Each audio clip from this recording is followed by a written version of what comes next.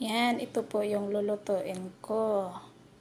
Yung alam ko lang pong simple na luto na pakbet Ilocano. Lagyan po natin ng kamatis, sibuyas po, and talong na bilog, ampalaya, kalabasa, sitaw, tapos okra. Yan, okra. And saluyot, nilalagyan ko ng saluyot. Tapos yung sahog ko po is hipon. Yan po.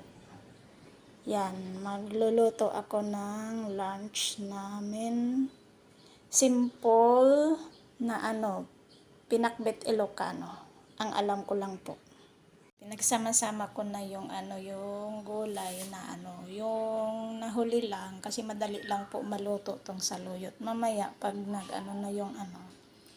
pag naluto na ito siya, saka ko ilagay sa ibabaw yung saluyot. Pinagsama-sama ko na. Sasalang na po natin. Ayan, habang niluluto natin yung simple na pinakbet Ilocano. Ayan.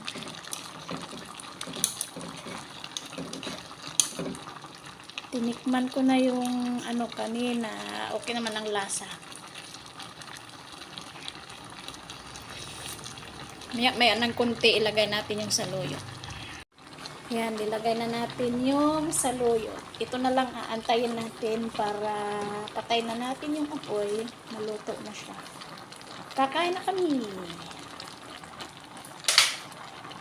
Ayan, luto na yung saluyot. Takpan na natin. Tapos patayin yung apoy.